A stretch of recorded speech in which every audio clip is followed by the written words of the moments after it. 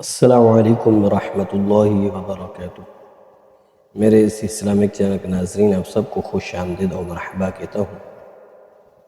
آج انشاءاللہ عز و جل یہ حدیث پڑھوں گا کہ چاند وقت کی علامت۔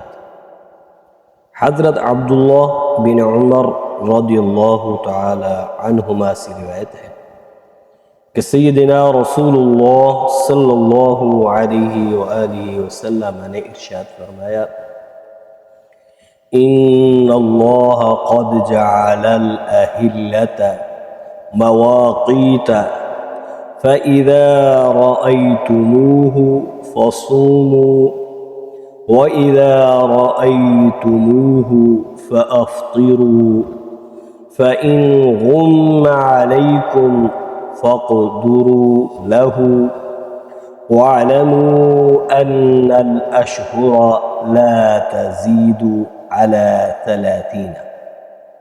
یہ حدیث المستدرک علی صحیحین کے اندر موجود ہے۔ اس کا جو نمبر ہے 1539۔ آئیے اس حدیث کا ترجمہ سماعت فرمائیں۔ میرے آقا امام الانبیاء حضور علیہ السلام نے ارشاد فرمایا: یقیناً اللہ تعالیٰ نے چاند کو حج اور روزہ وغیرہ کے وقت کی علامت بنایا ہے۔ چاند دیکھ کر ہی سب کچھ کیا جا سکتا ہے، تو جب تمہیں چاند نظر آئے تو روزے رکھنا شروع کرو اور چاند دیکھ کر ہی عید کرو۔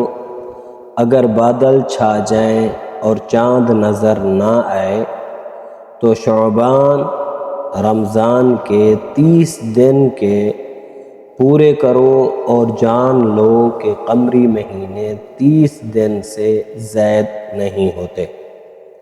میرے آقا کا یہ فرمان ہے کہ جب بادل ہوں، چاند نظر نہ آئے تو شعبان کو 30 کر دو، پھر رمضان کو بھی 30، کیونکہ رمضان المبارک یہ چاند کی جو تاریخ ہوتی ہے یا تو 29 کا ہوتا ہے یا 30 کا ہوتا ہے، اور 31 کا بھی نہیں ہوتا، 28 کا بھی نہیں ہوتا، 29 یا 30 کا ہوتا ہے۔ اس لیے میرے آقا نے فرمایا چاند کے حساب سے پھر 30 دن پورے کر لو۔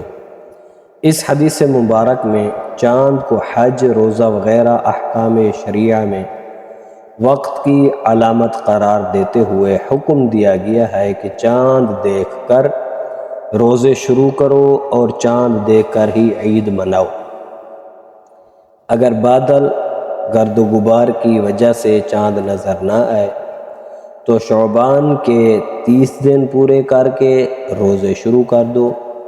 ایسے ہی چاند نظر نہ آنے کی صورت میں رمضان المبارک کے 30 دن پورے کر کے عید مناؤ۔ چاند کے حوالے سے عوام میں کئی غلط فہمیاں پائی جاتی ہیں۔ لوگ چاند کا سائز چھوٹا یا بڑا دیکھ کر اندازہ لگانے کی کوشش کرتے ہیں کہ یہ پہلی رات کا چاند ہے یا دوسری کا ہے۔ چونکہ چاند نظر آنے کی بنیاد پر اہم عبادات کا اہتمام ہوتا ہے، لہٰذا اس سے متعلق قیاس آرائیاں نہیں کرنی چاہیے، اور چاند کا بڑا نظر آنا یہ قیامت کی نشانیوں میں سے ایک نشانی ہے، لیکن ہمیں اس کے بارے میں چیو مگویاں نہیں کرنی چاہیے۔ علماء کرام کے فیصلے پر عمل کرتے ہوئے اطمینان سے عبادت کو بجا لانا ضروری ہے۔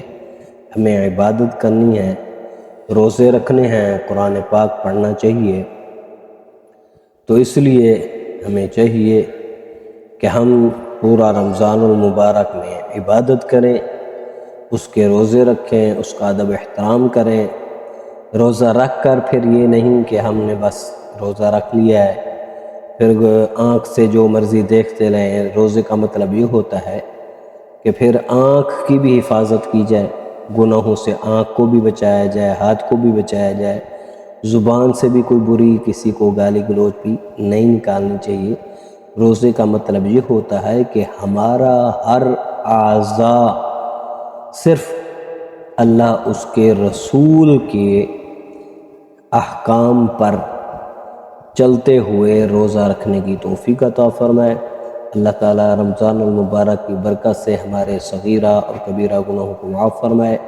ہم سب کو سارے روزے رکھنے کی توفیق عطا فرمائے۔